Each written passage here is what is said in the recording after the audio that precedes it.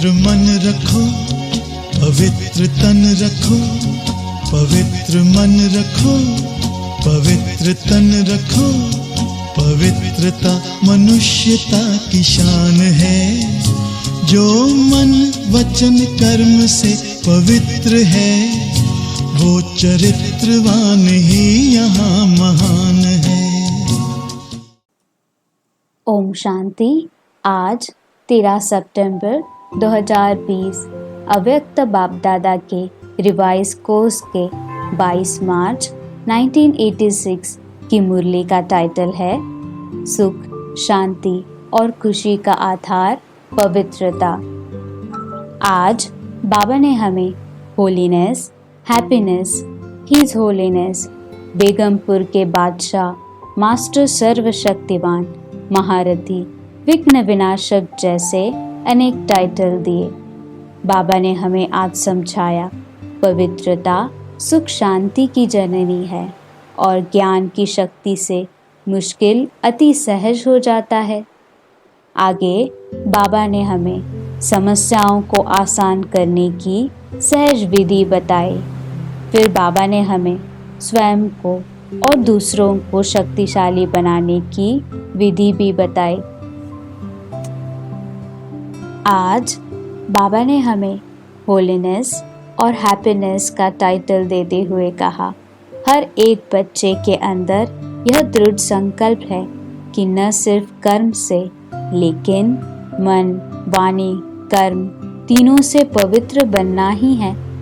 पवित्रता को धारण करना कितना सहज समझते हो, क्योंकि बाप दादा द्वारा नॉलेज मिली और नॉलेज की शक्ति से जान लिया कि मुझ आत्मा का अनादि और आदि स्वरूप है ही पवित्र।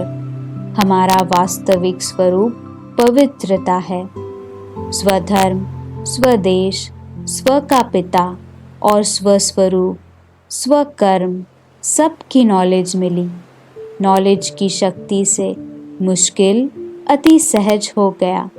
बाबा कहते हैं, जिस बात को आजकल की महान आत्मा कहलाने वाले असंभव समझते हैं, अननेचुरल समझते हैं, लेकिन आप पवित्र आत्माओं ने उस असंभव को कितना सहज अनुभव कर लिया।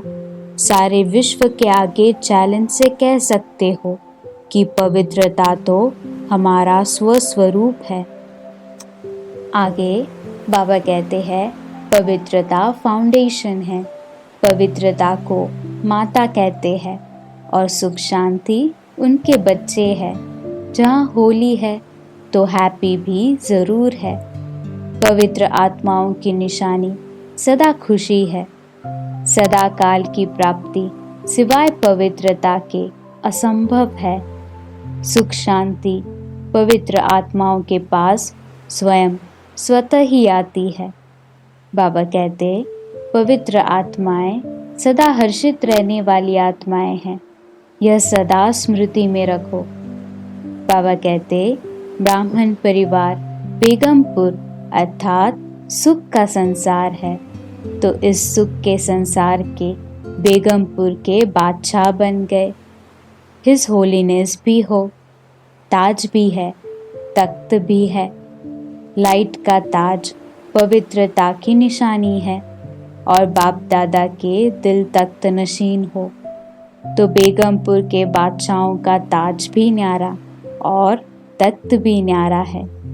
बादशाही भी न्यारी तो बादशाह भी न्यारे हो। आगे मास्टर सर्वशक्तिवान का टाइटल देते हुए बाबा हमें कहते हैं कि समस्याएं भी आप महारथियों के आगे चींटी समान हैं। खेल समझने से खुशी रहती, कितनी भी बड़ी बात छोटी हो जाती है। आगे सेवाओं के लिए बाबा कहते हैं, त्याग और तपस्या सफलता का आधार बना है। तपस्या और त्याग जिसमें है वही श्रेष्ठ आत्मा है। बाप को सामने रखेंगे तो कोई भी समस्या आ नहीं सकती और सदा निर्विघ्न आत्माएं तीव्र पुरुषार्थ से उड़ती कला का अनुभव करती है। बहुत काल की निर्विघ्न आत्माएं फाउंडेशन पक्का होने के कारण स्वयं भी शक्तिशाली, दूसरों को भी शक्तिशाली बनाती है। बहुत काल की निर्विघ्न आत्माएं विघ्न विनाशक रूप से पूजी जाती है। इसलिए बाबा कहते हैं, मैं विघ्न विनाशक पूज्य आत्मा हूँ। स्मृति से सदा निर्विघ्न बन आगे उड़ती कला द्वारा उड़ते चलो और उड़ाते चलो। फिर बाबा ने शक्ति सेना का नाम सारे विश्व में कब और कैसे बाला होगा यह बताया। बाबा कहते हैं, जब संगठित रूप में एक रस स्थिति व एक शुद्ध संकल्प में स्थित होने का अभ्यास होगा, एक ही अशरीरी बनने के शुद्ध संकल्प में स्थित होने के अभ्यासी होंगे, तब सारे विश्व के अंदर शक्ति सेना का नाम बाला होगा। आगे बाबा हम ब्राह्मण बच्चों को अपनी जवाबदारियों प्रति अलर्ट कराते हैं।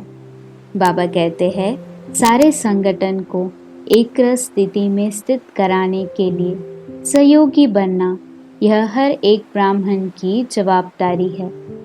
ऐसे नहीं खुश हो जाना कि मैं अपने रूप से ठीक ही हूँ, नहीं।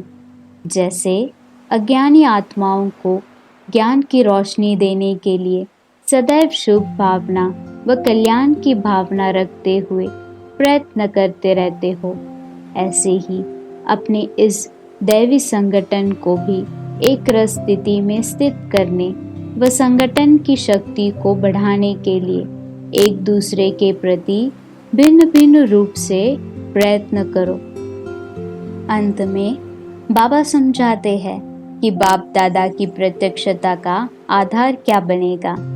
जब एक एक में बाप दादा के संस्कार दिखाई देंगे, उनके समान बनेंगे, तो समय और शक्तियाँ बच जाएंगी और सारे विश्व में बाप दादा की सहज प्रत्यक्षता होगी। भक्ति मार्ग में सिर्फ कहावत है कि जिधर देखते हैं उधर तू ही तू है, लेकिन यहाँ प्रैक्टिकल में जहाँ देखेंगे, जिसको देखे वहाँ बाप दादा के संस्कार ही दिखाई दे। आज का वरदान है, रोग के अंश का भी त्याग करने वाले स्वमानधारी पुण्य आत्मा भव।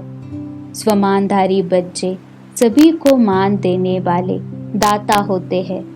दाता अर्थात रहम दिल। उनमें कभी भी किसी भी आत्मा के प्रति संकल्प मात्र भी रोग नहीं रहता।